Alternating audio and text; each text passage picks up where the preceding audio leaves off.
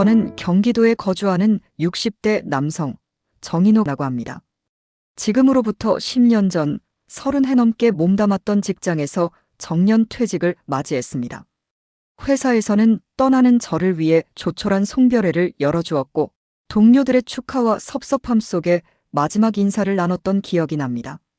선배 한 분은 기념품으로 작은 탁상시계를 선물하며 이제부터는 시간 부자인 걸 실감하실 겁니다라고 웃으며 말해주셨죠. 또 다른 동료는 농담 반 진담 반으로 은퇴하면 돈 관리 잘하셔야 합니다. 선배님하고 충고를 해주기도 했습니다. 당시에는 그저 웃어넘겼지만 지금 돌이켜보면 그 말들이 모두 뼈가 되었네요. 어쨌든 오랜 시간 일터에 묻혀 지내다 드디어 자유의 몸이 되는 순간이 찾아왔던 겁니다. 퇴직 당시 저는 적지 않은 퇴직금을 손에 쥘 수 있었습니다. 통장에 입금된 퇴직금은 약 1억 원. 그리고 다행히도 저와 아내가 함께 살 집 한 채는 이미 마련되어 있었습니다. 경기도 외곽에 위치한 조용한 아파트로 시세로 약 4억 원 상당의 가치가 있는 지방 소도시의 아파트였습니다. 주택담보대출 같은 빚도 없이 집을 소유한 상태였기에 적어도 주거비 부담은 없을 것이라는 안도감이 들었죠. 또 한 가지, 매월 국민연금 등으로 약 120만 원의 연금 수령액이 있었기에 큰 걱정 없이 노후를 시작할 수 있으리라 생각했습니다. 퇴직 후 처음 맞이한 아침은 무척이나 낯설었습니다. 알람 소리에 쫓겨 허겁지겁 출근 준비를 하지 않아도 되는 첫날이었죠. 여유롭게 늦잠을 자고 창밖으로 햇살을 즐기며 모닝커피를 마셨습니다. 그간 쌓인 피로를 풀 겸 아내와 함께 동네 공원을 산책하며 한가로운 시간을 보냈습니다. 공원에는 이미 몇몇 노년의 이웃들이 가벼운 운동을 하고 있었습니다. 평일 아침에도 이렇게 여유롭게 지낼 수 있다는 사실이 새삼 낯설면서도 한편으로는 이제 나도 저분들처럼 지내게 되는구나 하고 실감이 났습니다. 이렇게 평범하지만 느긋한 일상이 찾아온 것이 신기하기만 했습니다. 아내도 처음에는 제가 집에 늘 함께 있다는 것을 어색해하면서도 좋아했습니다. 다만 제가 주방일에 참견을 하거나 TV 채널을 두고 의견이 안 맞을 때면 사소한 다툼이 생기기도 했죠. 그래도 금세 서로 웃어넘겼습니다. 오랜만에 둘만의 시간을 마음껏 보내는 호사에 비하면 그 정도 해프닝은 아무것도 아니었습니다. 마음 한편에는 이제야 진짜 내 삶을 사는구나 하는 벅찬 기대감도 피어올랐습니다. 은퇴 후의 계획은 사실 뚜렷하지 않았습니다. 직장 생활에 매진하느라 노후를 구체적으로 설계해두지 못한 채 퇴직을 맞았기 때문입니다. 다만 퇴직 직후에는 잠시 푹 쉬면서 재충전하자는 생각뿐이었습니다. 눈코 뜰 새 없이 바쁘게 살았으니 이제는 속도전을 멈추고 느긋하게 나 자신과 가족을 돌볼 때라고 여겼습니다.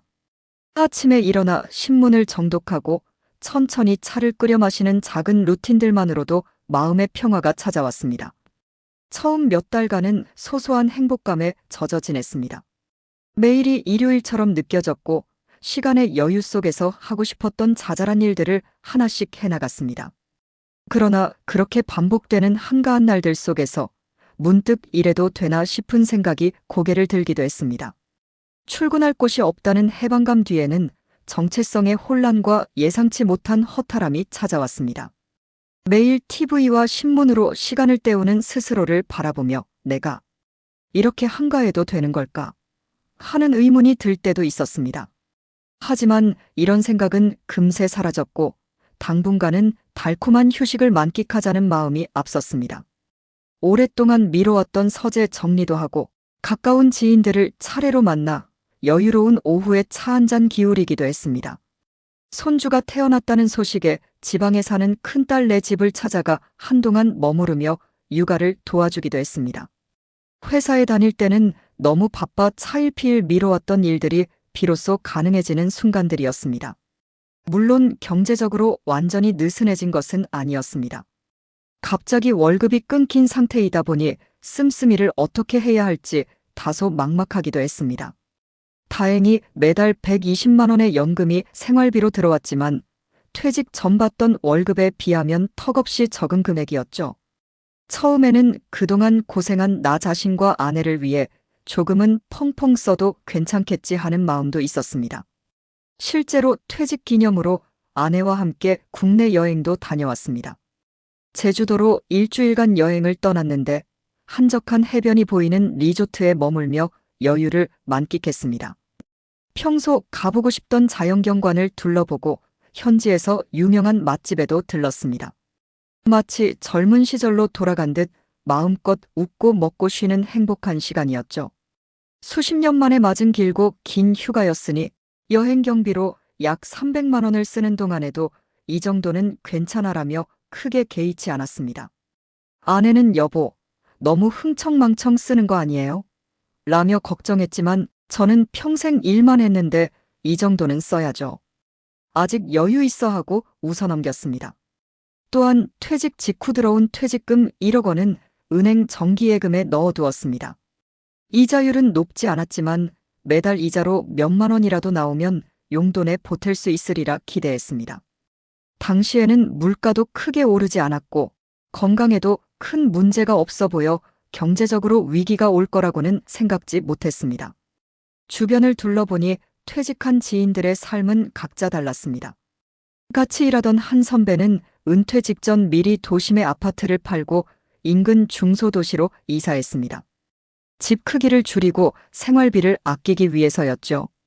또 다른 친구는 귀촌을 선택해 고향 근처에서 소일거리를 하며 산다고 했습니다. 그런 이야기를 들을 때마다 저도 언젠가는 그렇게 해야 하나 잠시 생각이 스쳤지만 정작 실행에 옮길 용기는 없었습니다. 오랫동안 정들었던 집과 이웃, 그리고 가까운 곳에 사는 딸들과 손주들을 떠나기는 쉽지 않았습니다. 결국 저희 부부는 익숙한 현재의 생활에 머물렀습니다. 한편 주변에는 퇴직 후 택시 운전이나 경비원 등으로 재취업하는 동료들도 있었지만 저는 굳이 다시 일자리를 찾고 싶지는 않았습니다. 수입이 줄어든 만큼 지출을 조금씩 줄이면 될 거라는 막연한 낙관이 있었던 것 같습니다. 그러나 은퇴 생활의 현실은 제가 기대했던 그림과는 조금씩 다른 모습을 보이기 시작했습니다. 막상 집에만 있으니 무료함이 예상보다 빨리 찾아왔고 생각보다 돈 쓸 곳이 많았습니다. 출퇴근하지 않으니 교통비나 외식비는 줄었지만 오히려 집에서 세 끼 식사를 해결하면서 식비가 늘어나는 아이러니도 있었습니다. 시간적 여유가 생기니 소비로 이어지는 경우도 종종 있었습니다. 예를 들어 집에 있는 시간이 늘면서 여기저기 눈에 들어오는 집안 수리를 하느라 예기치 못한 지출이 발생하기도 했습니다. 고장난 보일러를 교체하고 10여 년 넘은 가전제품들을 새로 장만하는데 돈을 쓴 것이죠. 이제는 쓸 때도 됐다는 아내의 말에 필요한 지출이라고 생각했지만 통장 잔고는 그만큼 줄어들었습니다. 또 장성한 두 딸이 가정을 꾸려 살고 있었지만 부모로서의 자녀 지원은 계속되었습니다. 큰딸의 출산을 돕기 위해 이것저것 지원금을 보내주고 결혼한 둘째 딸 부부에게도 설날과 추석마다 각각 50만 원씩 용돈을 주었습니다. 큰딸이 첫 손주를 낳았을 때는 산후조리원비에 보태라며 200만 원을 보내기도 했죠. 손주들에게는 볼 때마다 용돈을 쥐어주는 것이 할아버지로서의 낙이었습니다. 퇴직했으니 이제 자녀들에게 돈 들어갈 일은 없을 거라 생각했지만 현실은 은근히 들어갈 구석이 끊이지 않았습니다. 자잘한 경조사비부터 친지 용돈, 때때로 딸들의 부탁으로 해주는 경제적 지원까지 퇴직 후에도 돈 나갈 곳은 도처에 도사리고 있었죠. 물론 딸들은 가끔 아버지, 이제 괜찮으니까 너무 많이 쓰지 마세요라며 걱정했지만 저는 걱정 말아라. 너희 키우면서 모은 돈이 얼만데. 우린 연금도 나오고 괜찮다. 너희한테 손 벌릴 일은 없을 거다 하고 큰 소리 쳤습니다. 부모 노릇한다는 뿌듯함에 오히려 제가 행복했으니까요. 그럼에도 불구하고 퇴직 후 1에서 2년 차까지는 큰 어려움 없이 지냈습니다. 퇴직금 통장의 잔고가 눈에 띄게 줄어들긴 했지만 아직 수천만 원대의 여유 자금이 있었거든요. 정기예금 이자로 받는 몇만 원, 그리고 연금 120만 원과 약간의 예금 인출로 두 노인이 생활하는데 큰 부족함은 없었습니다. 오히려 여유 시간을 만끽하는 기쁨이 더 컸기에 돈 걱정보다는 앞으로도 이렇게 지내면 되겠지 하는 안일한 생각이 앞섰던 것 같습니다. 어디까지나 아직까지는 말입니다. 저는 당시 제가 가진 자산과 연금으로 노후가 평탄할 것이라 믿었습니다. 4억 원 상당의 집은 우리를 지켜주는 둥지였고 1억 원 퇴직금 중 남은 돈도 아직 상당했으니까요.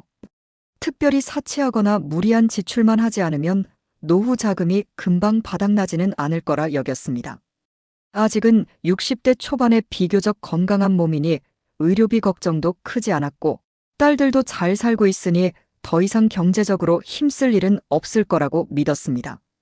하지만 제 예상과 달리 눈앞에는 작은 균열들이 자라나고 있었죠. 은퇴의 순간에 제가 그렸던 노후의 그림은 한마디로 평온한 안식이었습니다. 크고 호사스러운 꿈은 없었습니다.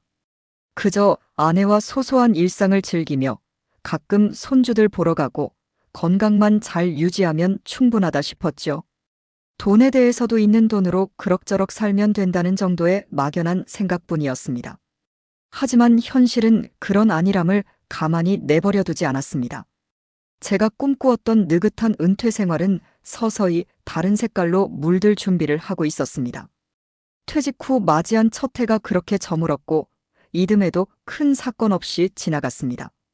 저는 점점 퇴직자라는 새로운 신분에 익숙해져 갔습니다. 경제적인 불안감이 살짝 고개를 들 때도 있었지만 대체로 아직은 괜찮다는 자기 위안으로 눌러두었습니다. 하지만 기대와 현실의 격차는 시간이 흐를수록 벌어졌습니다. 작은 균열은 거미줄처럼 번져나가더니 결국 저를 흔들어 놓을 지경에 이르렀습니다. 그 균열은 마치 두 개 난 작은 틈과도 같았습니다. 처음에는 아무 일도 아닌 것처럼 보였지만 물이 끊임없이 흘러들어오면 결국 둑을 무너뜨리듯 저희 가게에도 그런 위험이 자라고 있었습니다. 안타깝게도 당시에 저는 그 심각성을 깨닫지 못했죠. 제가 아무 계획 없이 맞이한 은퇴 생활에 첫 번째 시련이 다가오고 있었습니다. 그것도 알지 못한 채 저는 하루하루를 흘려보내고 있었습니다. 마치 폭풍전야의 고요처럼 평온한 일상 뒤에 거센 풍랑이 기다리고 있다는 사실을 전혀 깨닫지 못한 채 말입니다. 퇴직 후 세 번째 해가 되던 때였습니다. 그동안은 저축해둔 돈으로 그럭저럭 노후를 보낼 수 있으리라 믿었지만 어느 순간 통장 잔고를 보고 가슴이 덜컥 내려앉는 날이 찾아왔습니다. 평소처럼 은행에 들러 정기예금 만기를 연장하려고 상담을 받는데 직원이 건넨 통장에 찍힌 잔액이 약 7천만 원 정도였던 겁니다.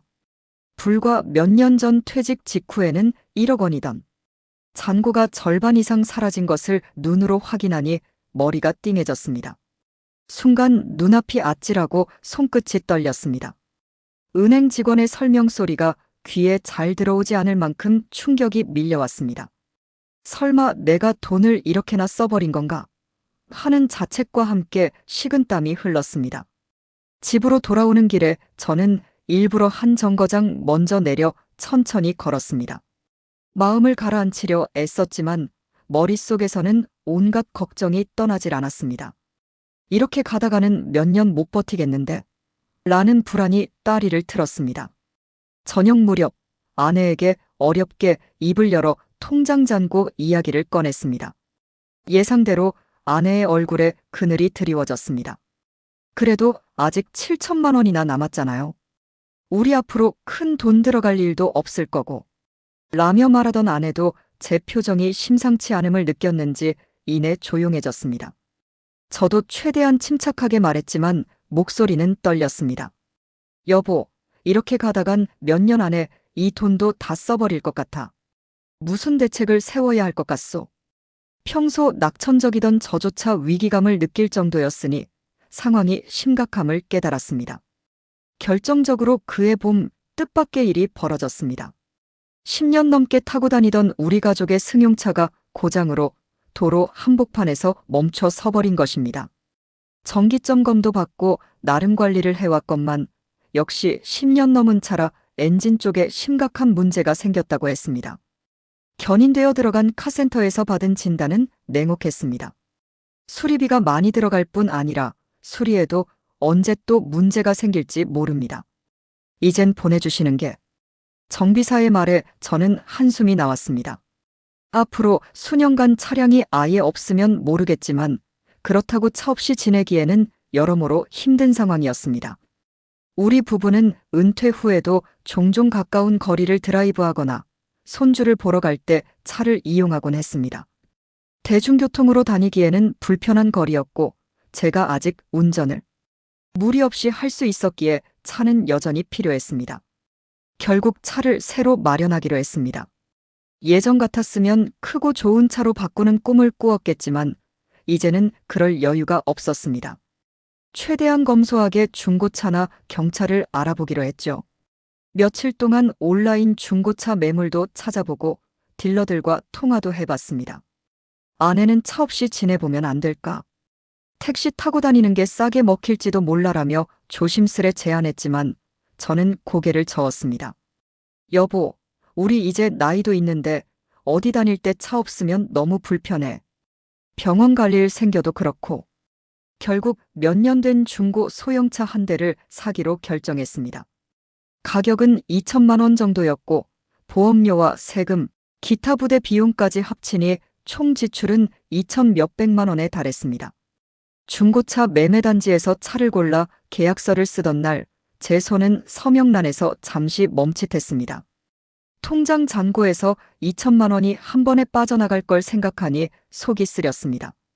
그러나 다른 도리가 없었습니다. 여보, 괜찮겠어요? 걱정스레 묻는 아내에게 저는 억지 웃음을 지어 보이며 말했습니다. 어쩌겠어. 필요하니까 사야지. 집으로 돌아와 인터넷 뱅킹으로 거금을 이체할 때는 마치 내 살점을 떼어보내는 것 같은 기분이 들었습니다.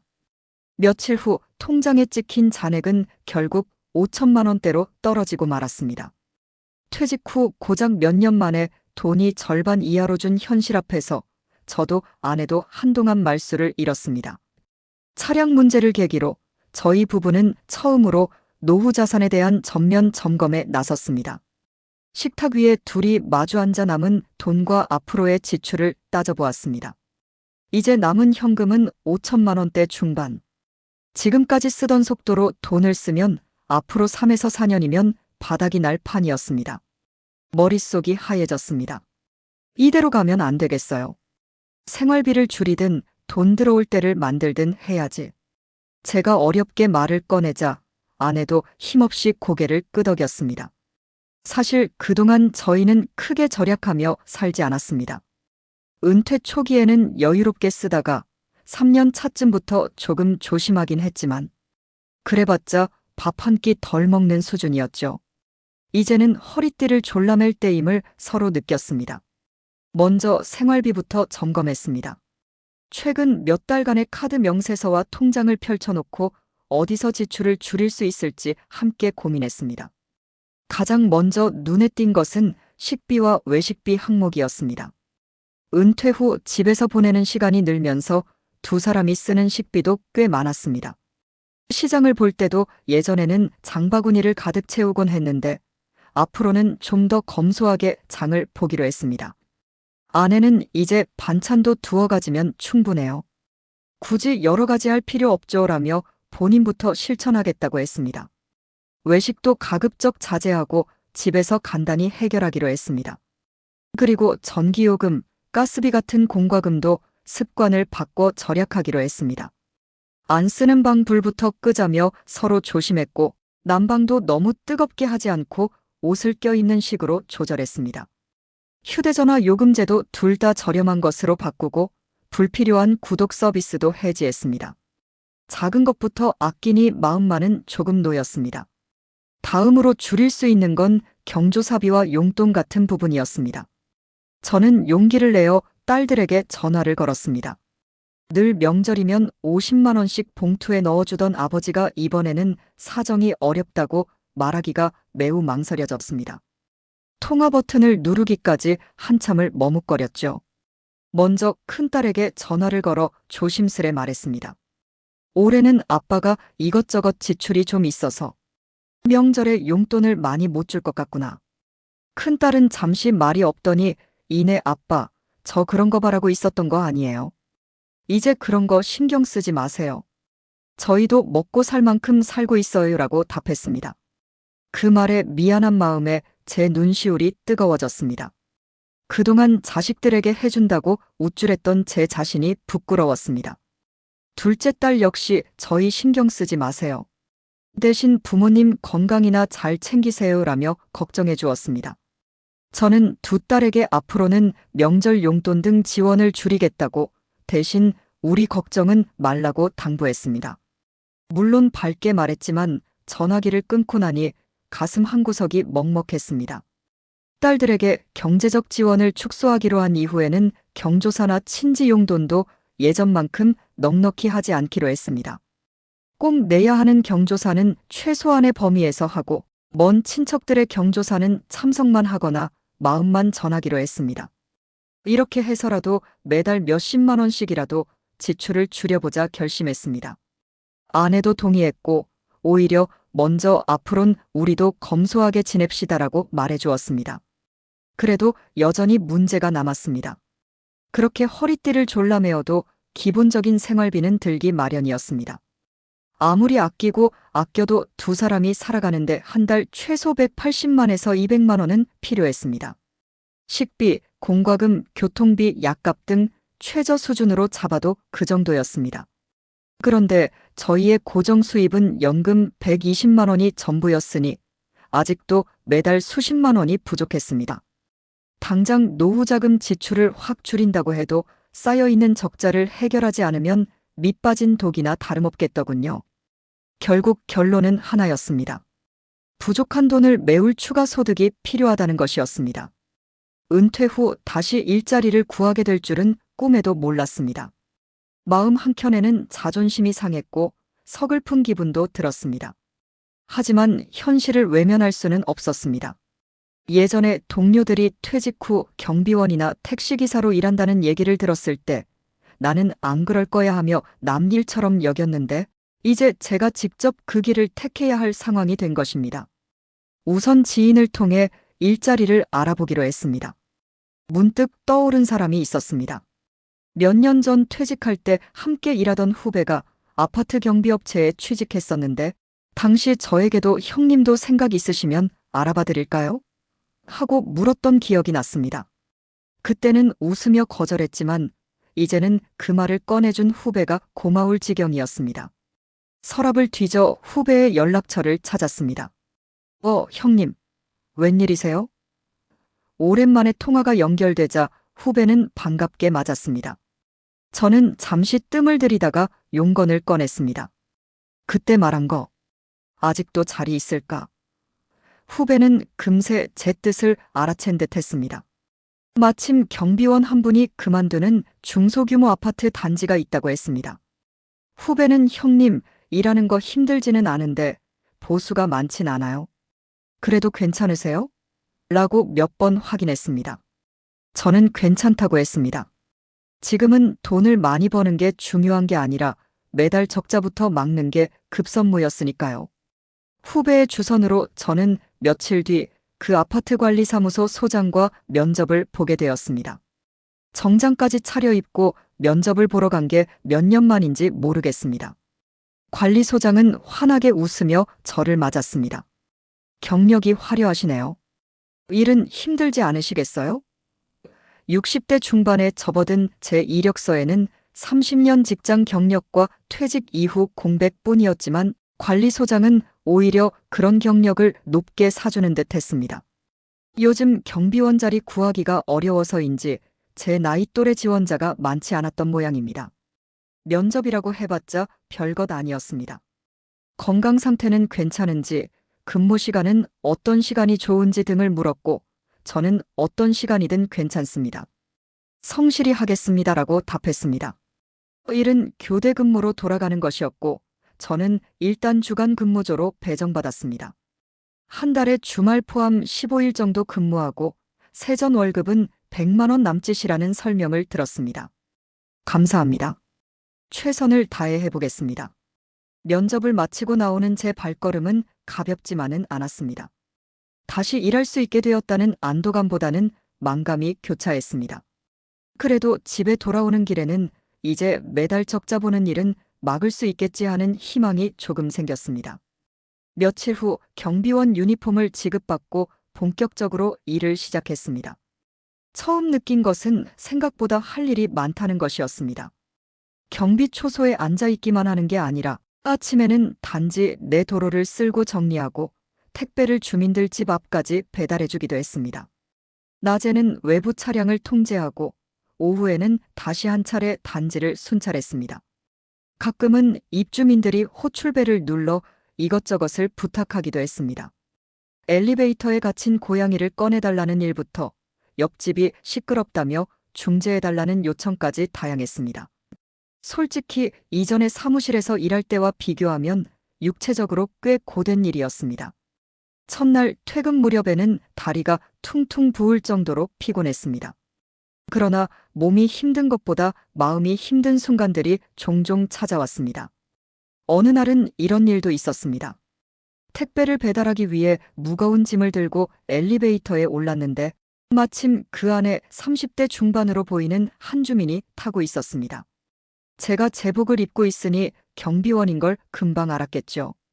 평소 이웃들에게 깍듯이 인사하며 지내왔던 저는 습관대로 안녕하세요 하고 인사를 건넸지만 그는 묵묵부답이었습니다. 마치 공기 취급을 당한 것 같아 순간 얼굴이 화끈거렸습니다. 회사원 시절에는 누구에게나 존중받던 내가 이제 이렇게 투명 인간이 된 건가 서글픈 마음이 들었습니다. 다행히 대부분의 주민들은 친절하게 대해주었지만 가끔 이런 일을 겪을 때마다 제 처지가 실감나곤 했습니다. 그래도 집에 돌아오면 아무 일 아닌 듯 아내에게 웃어 보였습니다. 당신 덕분에 한 달에 돈이 좀 남겠네. 수고 많았어요. 아내는 저녁 식탁에 제가 좋아하는 반찬을 놓아주며 고마워했습니다. 월급날이 되어 통장에 100만 원. 남짓에 돈이 꽂혔을 때는 오래전 월급 받던 시절이 떠올라 잠시 뭉클하기도 했습니다.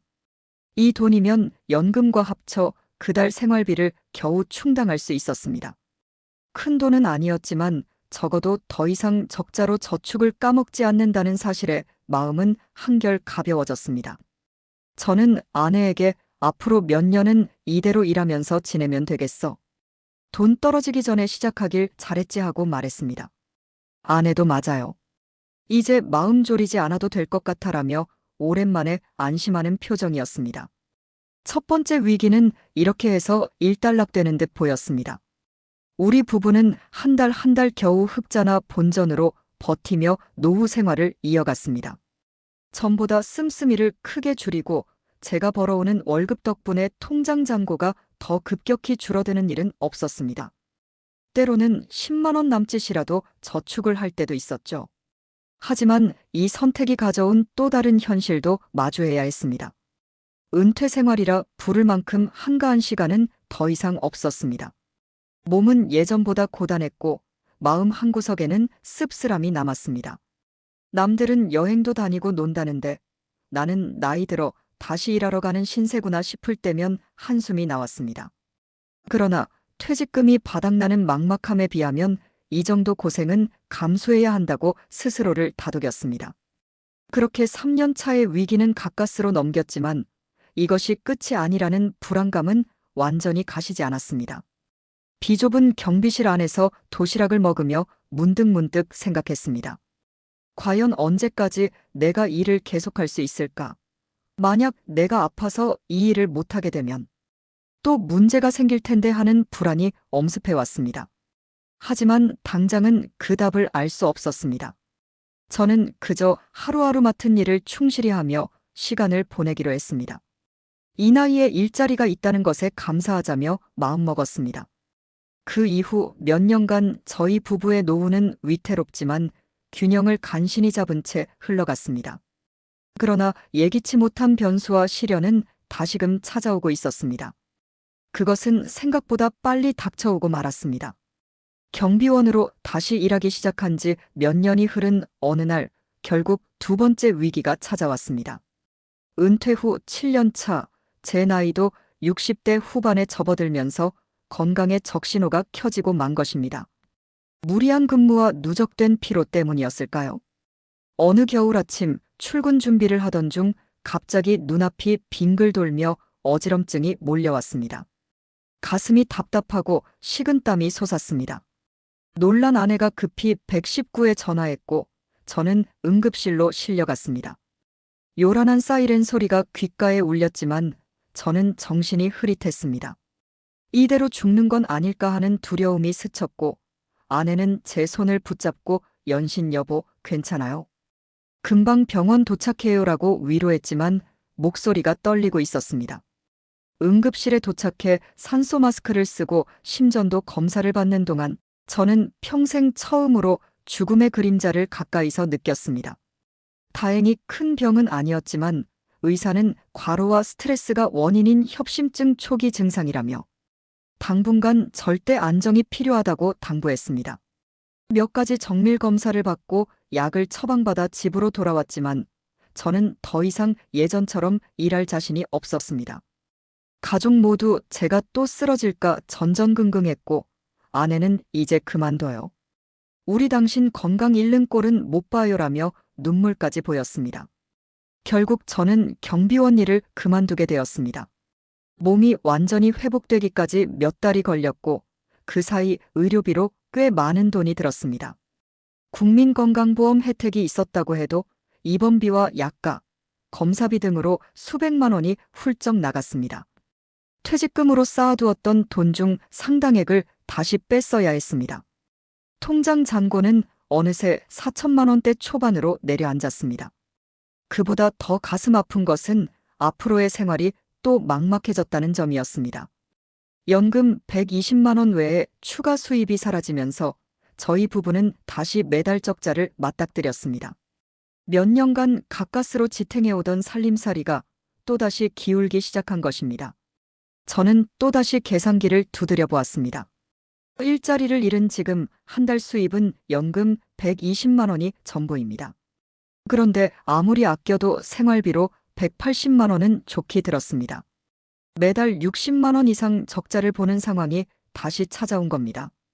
이 상태로 1년이면 700만 원 이상, 5년이면 3천만 원 넘게 재산이 줄어듭니다. 현재 가진 현금 4천만 원으로 버틸 수 있는 시간이 그리 길지 않다는 암울한 결론이 나왔습니다.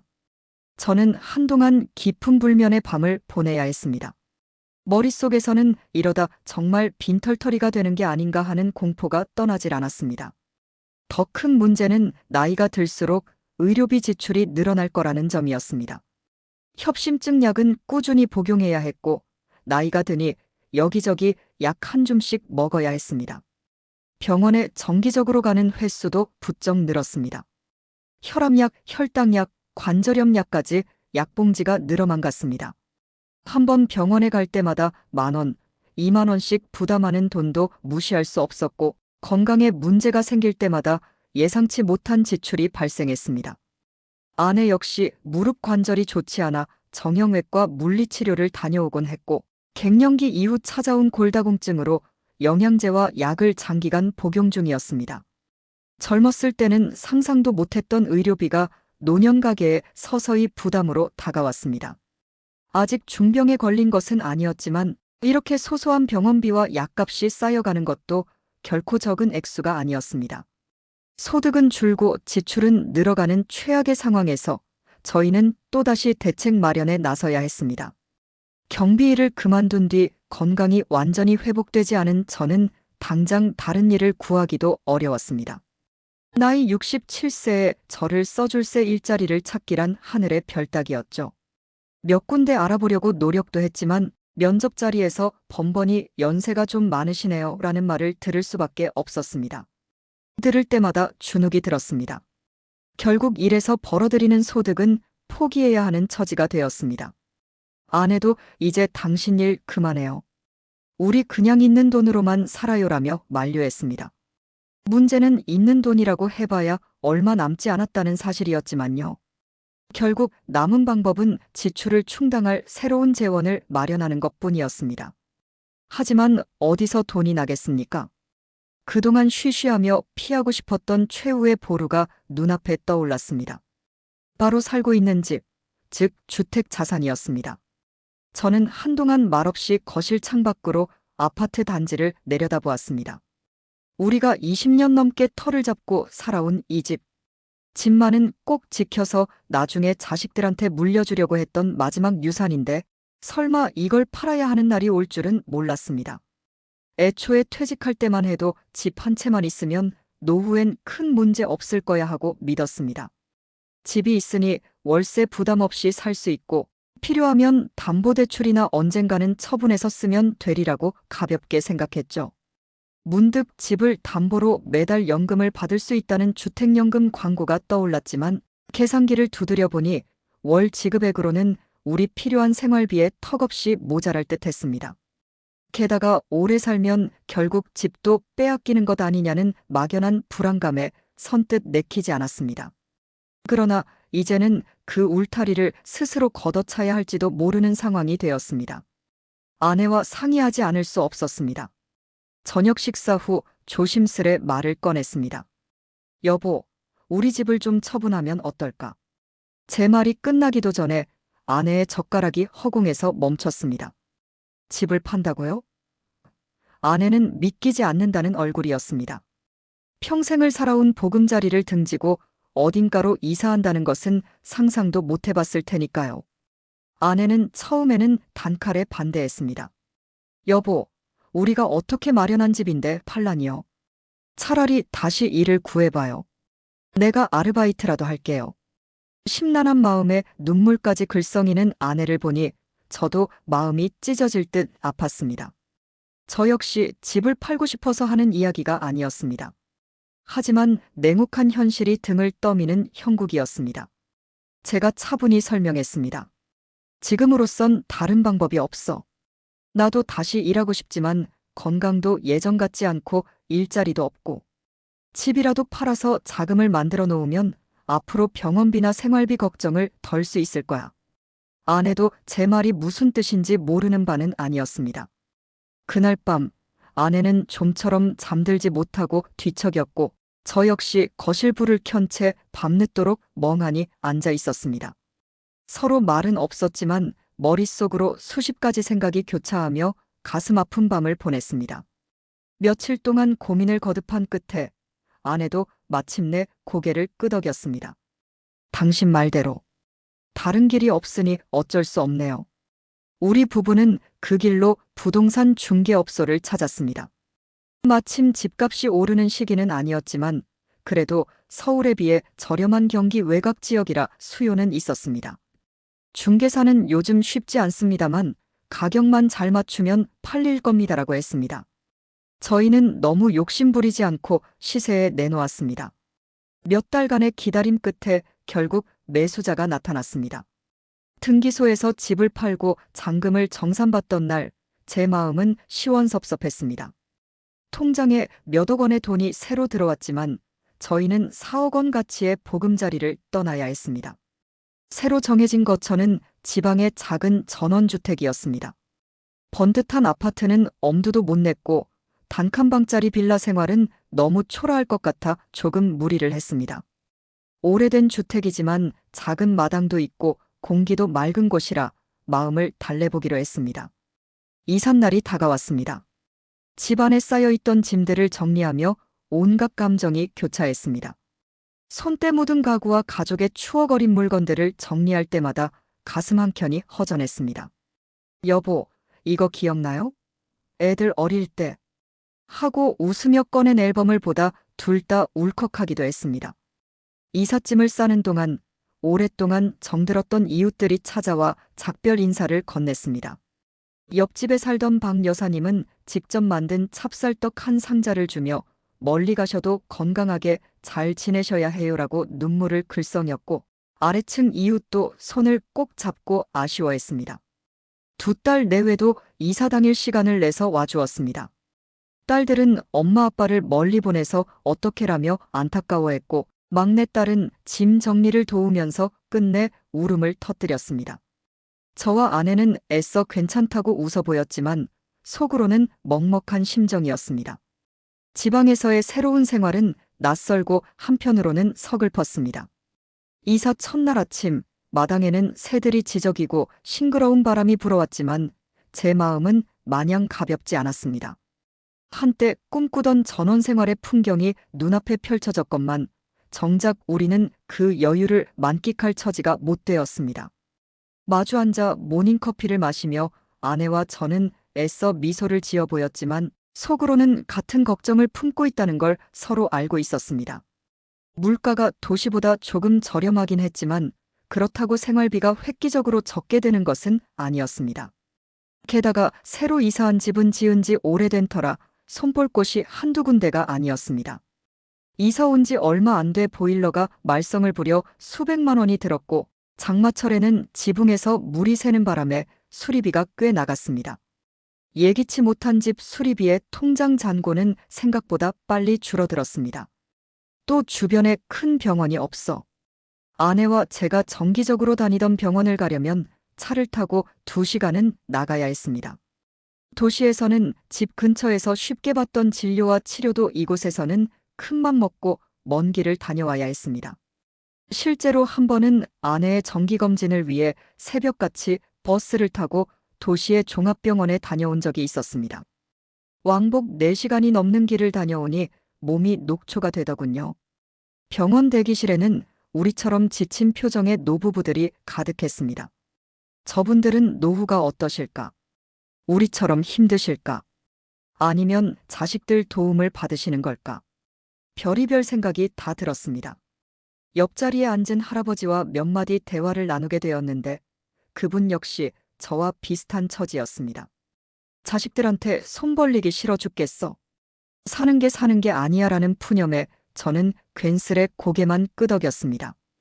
우리만 이런 게 아니구나 싶으면서도 한편으로는 같은 세대로서 씁쓸한 마음을 감출 수 없었습니다. 그래도 집을 팔아 남은 목돈이 통장에 있다는 사실은 잠시나마 안도감을 주었습니다. 이 돈이면 앞으로 몇 년은 버틸 수 있겠지 싶었습니다. 주택을 매각하여 남은 현금은 약 2억 5천만 원 정도였습니다. 그중 일부는 새 집을 마련하느라 썼고 약 2억 원 정도를 예금과 안전한 금융상품에 나누어 넣어두었습니다. 매달 이자로 몇십만 원씩 나오니 연금 120만 원과 합해 생활비로 쓸 요량이었습니다. 특히 이사 후 아내는 한동안 우울해했습니다. 오랫동안 알고 지내던 이웃, 자주 다니던 시장과 공원, 심지어 집 근처 병원과 마트까지 익숙한 환경을 한꺼번에 떠나온 탓이 컸습니다. 저 역시 서울과 수도권에서만 살다가 조용한 시골 마을에 들어앉으니 종종 멍해질 때가 있었습니다. 우리가 정말 여기까지 와버렸네. 라는 생각에 한숨이 절로 나왔습니다. 텔레비전 뉴스를 볼 때마다 아파트 가격이나 경제 이야기가 나오면 괜히 신경이 쓰였습니다. 언젠가 신문지상에서 봤던 노후 파산이라는 단어가 머리를 스쳤습니다. 남의 일 같던 그 말이 이제는 우리 이야기처럼 느껴졌습니다. 저는 그제서야 쏟아지는 후회들을 마주하기 시작했습니다. 어느 날 저녁 식탁에 마주 앉아 저는 참았던 속마음을 터놓고 말했습니다. 내가 퇴직하고 처음에 너무 안일했어. 그때 조금만 더 아꼈으면 이렇게까지는 안 됐을 텐데. 그러자 아내도 한숨을 쉬며 고개를 끄덕였습니다. 나도 그래요. 당신 좋은 세상 좀 보여주겠다고 여행 가자고 하고 이것저것 사달라고 하고. 참 철없었죠. 우리 둘 다 준비가 부족했어요. 저희는 쓸데없이 흘려보낸 돈들과 놓쳐버린 기회들을 하나둘 떠올리며 함께 자책했습니다. 연금을 더 부었어야 했나 봐. 후회가 이어졌지만 이미 엎질러진 물이었습니다. 이제는 남은 돈을 최대한 아끼며 쓰는 수밖에 없습니다.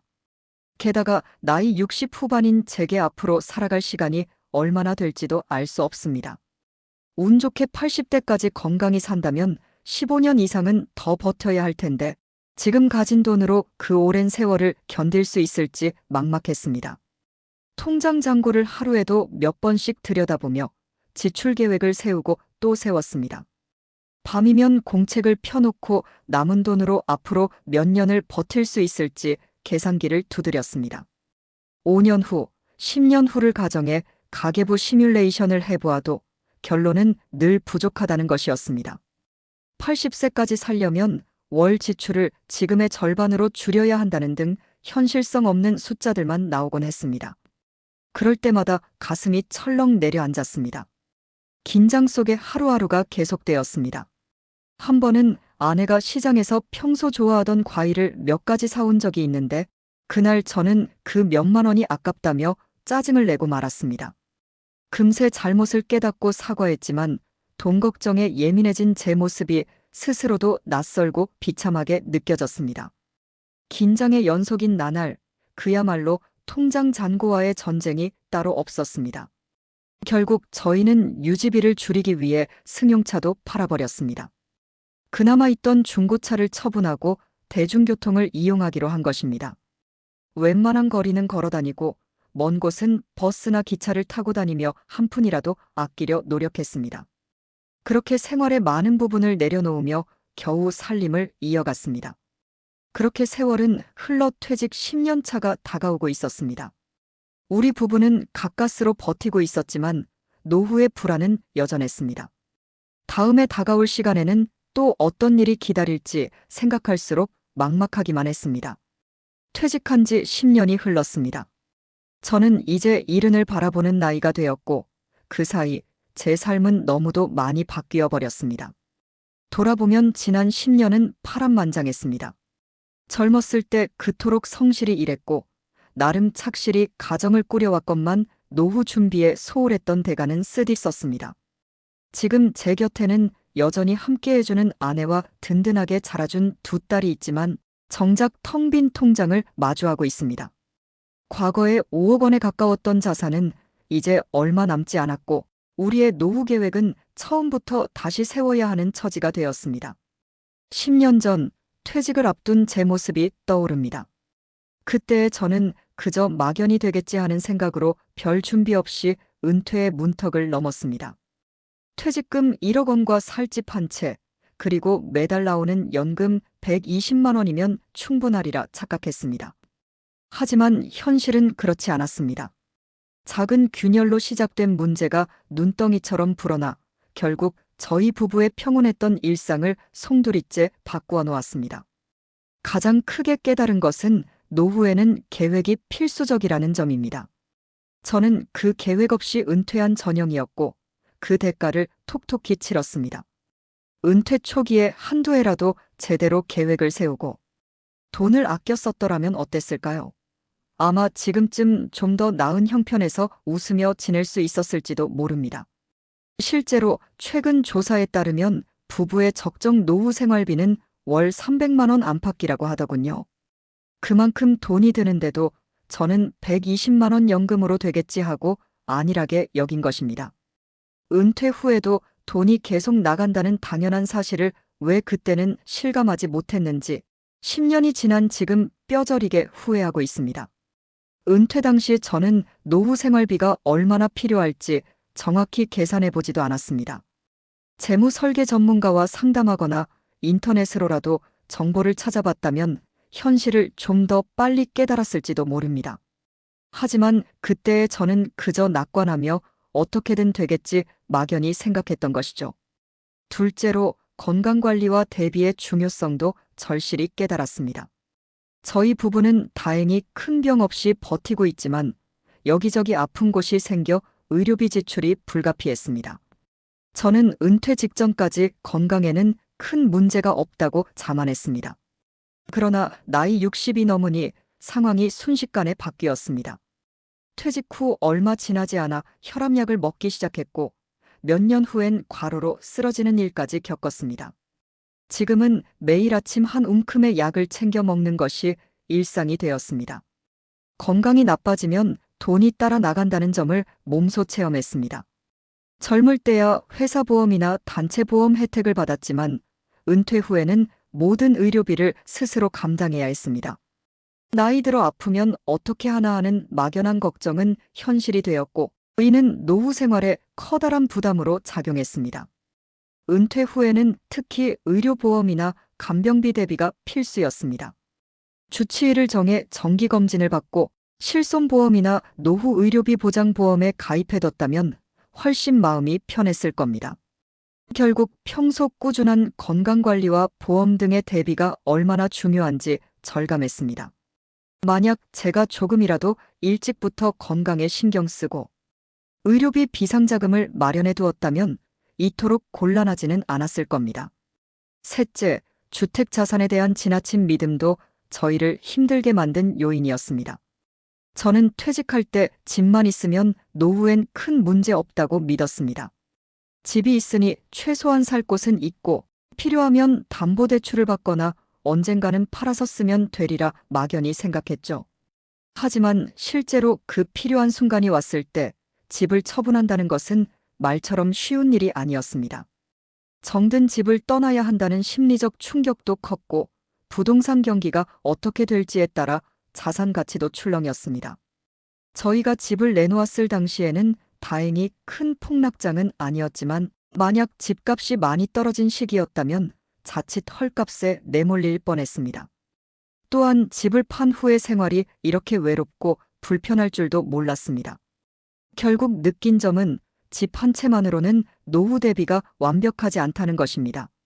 집이 있더라도 그 집을 유지하는 데에도 돈이 들고 막상 현금이 필요할 때 바로 쓸 수 없다는 한계가 있었습니다. 미리 집을 작은 평수로 옮겨 차액을 확보했거나 주택연금 등을 은퇴 초부터 활용했다면 좀 더 안정적이지 않았을까 싶습니다. 이제 돌아보면 주택 이외에 현금 흐름을 만들어 놓거나 집을 활용한 연금 등의 방안을 미리 고려했어야 했다고 깨닫습니다.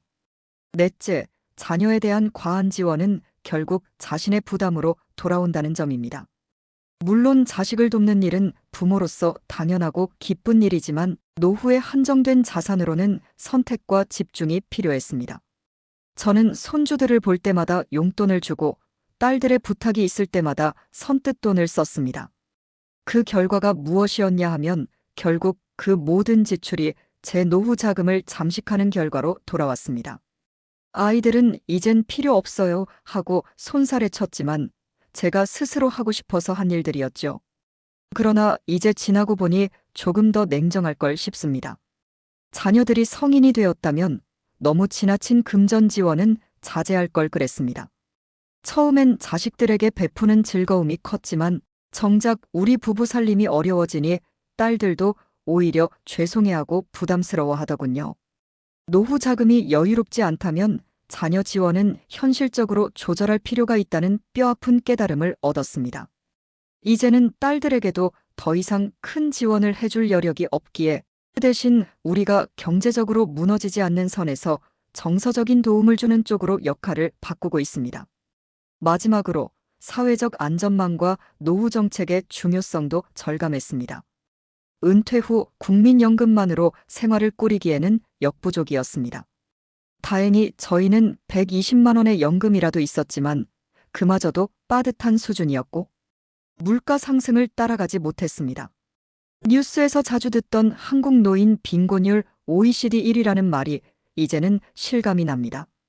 노인 빈곤율이나 노후 파산 같은 말이 남일 같지 않다는 생각이 절로 들었습니다. 저희 세대는 부모 세대와 달리 평균 수명은 늘어났지만 그에 걸맞은 연금 혜택이나 사회복지는 충분치 않은 과도기 세대인 듯합니다. 주변을 둘러봐도 사정이 비슷한 은퇴자들이 많았습니다. 10년 전만 해도 친구들과 우리 아버지 세대보다야 낫겠지 하며 웃던 이야기가 무색하게 우리들 스스로 노후에 대해 막연했던 탓에 어려움을 겪고 있습니다. 사실 제 부모님 세대만 해도 연금이 제대로 없었지만 대신 자식들이 부모를 부양하는 문화가 강했습니다. 저 역시 젊을 땐 부모님을 모셨고 어느 정도 생활을 도왔죠. 하지만 저희 세대는 핵가족화와 경제 사정으로 그런 기대를 하기 어렵습니다. 저희 부부 또한 두 딸에게 기대지 않기로 마음먹었고 딸들도 각자 생활이 있으니 부모에게 의지하지 않으려 합니다. 은퇴 후에도 할 수 있는 일을 조금씩이라도 찾고 국가나 지방자치단체에서 제공하는 기초연금이나 노인, 일자리 같은 복지 혜택이 무엇이 있는지 더 적극적으로 챙겨볼 걸 그랬습니다. 너무 자존심을 세우느라 힘들어도 도움을 청하지 않았던 것은 아닌가 반성도 됩니다. 이렇게 후회와 깨달음이 많았지만 그렇다고 좌절만 하고 있을 수는 없습니다. 인생 100세 시대라는데 아직 앞으로 살아갈 날이 제법 남았습니다. 다행히도 아직 부부가 큰 병 없이 함께하고 있다는 사실에 감사합니다. 이것이 남은 노후를 위해 가장 큰 자산일지도 모르겠습니다. 비록 통장 잔고는 예전만 못해도 건강을 잃지만 않는다면 살아갈 희망도 있다고 믿고 싶습니다. 아내와 저는 요즘 자주 이야기합니다. 지금까지 고생했으니 앞으로 남은 날들은 돈 걱정은 조금 내려놓고 마음 편히 살아보자 하고요. 물론 실제로 마음 편히 지낼 수 있을지는 모르겠습니다. 하지만 남은 여생만큼은 서로를 다독이며 버티자고 약속했습니다. 사실 어려운 시간 속에서 부부싸움도 종종 있었지만 결국 힘이 되어주는 건 서로뿐이라는 걸 깨달았거든요. 언젠가 손주들이 자라 경제적으로도 도와줄 수 있을지 모른다는 작은 기대도 가져봅니다. 얼마 전에는 큰딸 가족과 함께 첫 손주의 돌잔치를 했는데 그날만큼은 돈 걱정을 잠시 잊은 채 웃고 떠들었습니다. 이렇듯 가끔 찾아오는 행복한 순간들이 우리에게 다시 살아갈 힘을 줍니다. 무엇보다 저희가 겪은 시행착오를 딸들과 젊은 세대는 되풀이하지 않았으면 하는 바람입니다. 그래서 요즘 두 딸 내외에게 입버릇처럼 이야기합니다. 너희는 우리처럼 살지 말고 미리미리 대비해라 하고요. 그럴 때마다 딸은 알겠어요. 우리는 엄마 아빠처럼 안 살게요라며 농담 섞인 답을 하지만 그 말 속에는 우리를 반면교사 삼아 철저히 준비하겠다는 다짐이 엿보입니다. 노후 10년 차에 비로소 저는 인생의 새로운 숙제를 받아든 기분입니다.